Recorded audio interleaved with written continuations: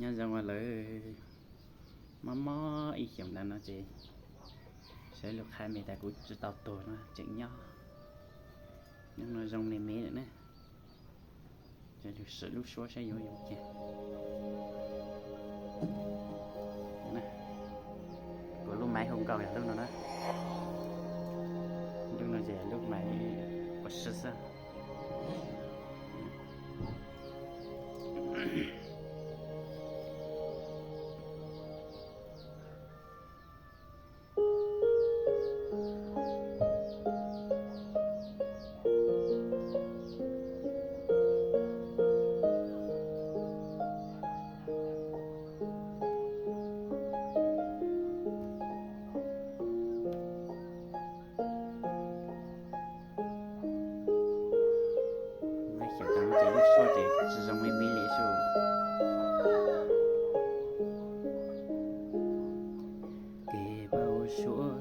kê chia chia để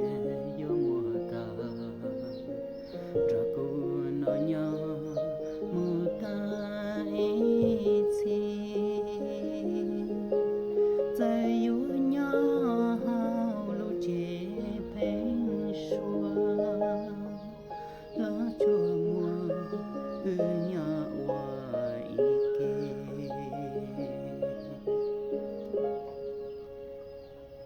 tràn đời nó cha ya có tràn đời chờ công có trong chân gì đó